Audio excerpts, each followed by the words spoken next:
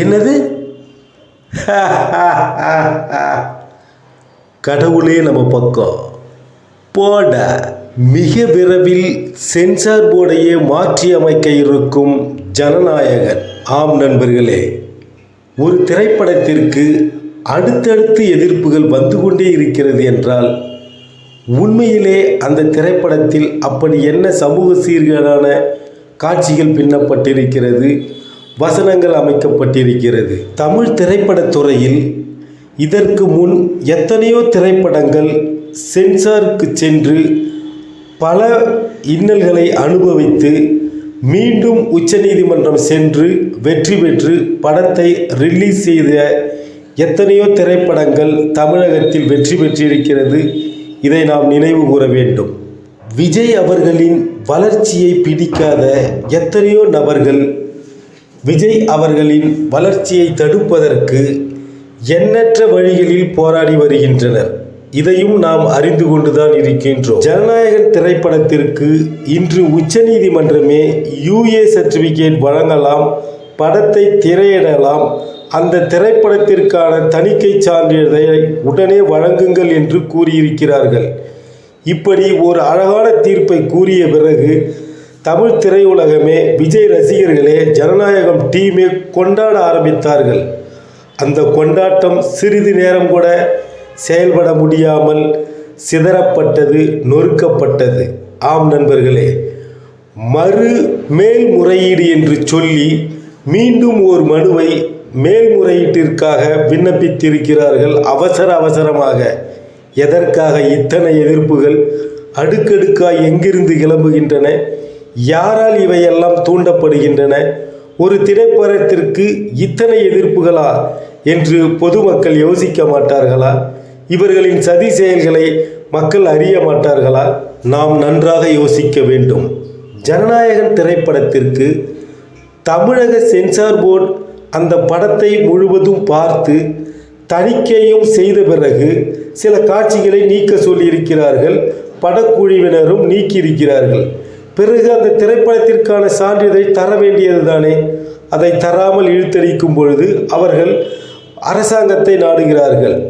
அப்படி அவர்கள் கோர்ட்டிற்கு சென்ற பொழுது அங்கு அந்த திரைப்படத்திற்கான தீர்ப்பு உண்மையாகவே வழங்கப்படுகிறது. அந்த திரைப்படத்தை உடனே ரிலீஸ் செய்ய வேண்டும், அந்த திரைப்படத்திற்கான சான்றிதழை தர வேண்டும், அந்த திரைப்படத்திற்கு யூஏ சர்டிபிகேட்டை வழங்க வேண்டும் என்று கூறுகிறது. உச்ச நீதிமன்ற நீதிபதியே இந்த தீர்ப்பை வழங்கிய பிறகு இந்த படத்தை எப்படி மீண்டும் தடுப்பது என்று தில்லாடுகிறார்கள், அல்லாடுகிறார்கள், எங்கெங்கோ ஓடுகிறார்கள், யாரையோ பார்க்கிறார்கள். அவசரமாக மேல்முறையீடு என்று சொல்லி ஒரு மனுவை மீண்டும் தாக்கல் செய்கிறார்கள். இதன் மூலம் என்ன தெரிய வருகிறது? விஜய் அவர்களின் வளர்ச்சியை தடுப்பதற்கு எத்தனையோ வழிமுறைகளை கையாண்டு பார்க்கிறார்கள். ஆனால் முடியவில்லை. நீதியே வெல்லும் என்பது மீண்டும் நிரூபணமாகிக் கொண்டிருக்கிறதை நாம் பார்த்து கொண்டுதான் இருக்கின்றோம். சூப்பர் ஸ்டார் ரஜினிகாந்த் அவர்களின் வசனம்தான் நமக்கு நினைவுக்கு வருகிறது. கடவுளே நம்ம பக்கம் போடா. அதுபோல சென்சார் போர்டா, ஆட்சியே மாறப்போகுது, சென்சார் போர்டா போடா என்று சொல்லும் அளவிற்கு நமக்கு ஒரு வெறுப்பை தந்து கொண்டிருக்கிறார்கள் தணிக்கை குழுவினர். 2026இல் முதல்வர் பதவியை ஏற்கத்தான் போகிறார் தாவேகா கட்சியின் தலைவர் விஜய் அவர்கள். இப்பொழுது ஆட்டம் போட்டு கொண்டிருக்கும் சென்சார் போர்டு நிறுவனமாக இருக்கட்டும் அல்லது விஜய் அவர்களுக்கு எதிர்ப்பை தெரிவித்து கொண்டே இருக்கட்டும் நபர்களாக இருக்கட்டும், யாராக இருந்தாலும் ஆட்சியின் மாற்றத்தால் நிச்சயம் தூக்கி எறியப்படுவார்கள். அதில் மாற்றமே இல்லை. கொட்ட நிமிர்வான் தங்கம் பட்டை தீட்ட ஜொலிக்கும் என்பது போல் விஜய் அவர்களை நீங்கள் எதிர்த்து கொண்டே இருங்கள். அவர் உச்சத்தின் நிலையை தொடுவதற்காக உயர்ந்து கொண்டேதான் இருப்பார் என்பதில் எந்தவித சந்தேகமும் இல்லை நண்பர்களே.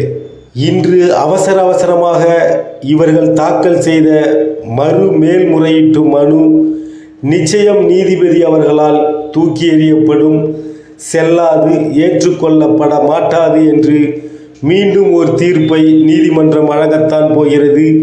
நீதியே வெல்லும் என்பதை நாம் தெரிந்து கொள்ளத்தான் போகின்றோம்.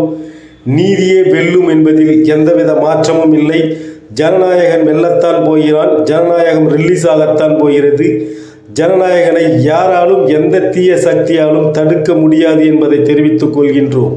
கண்ணா கொஞ்சம் அங்க பாரு அப்படி என்று நீங்கள் உறக்கச் சொன்னால் விஜய் அவர்களின் வார்த்தை கொஞ்சம் இங்கே பாரு கண்ணா அப்படி என்று அவர் கூறும் அந்த சத்தம் உங்களுக்கு கேட்டுக்கொண்டே இருக்கும். ஜனநாயகம் சொன்னபடி பொங்கலுக்கு படம் ரிலீஸ் ஆகும். இதை எவராலும் தடுக்க முடியாது, எந்த சக்தியாலும் நிறுத்த முடியாது. வெல்லும் நீதி, நீதியே வெல்லும், ஜனநாயகம் வெற்றி பெறும்.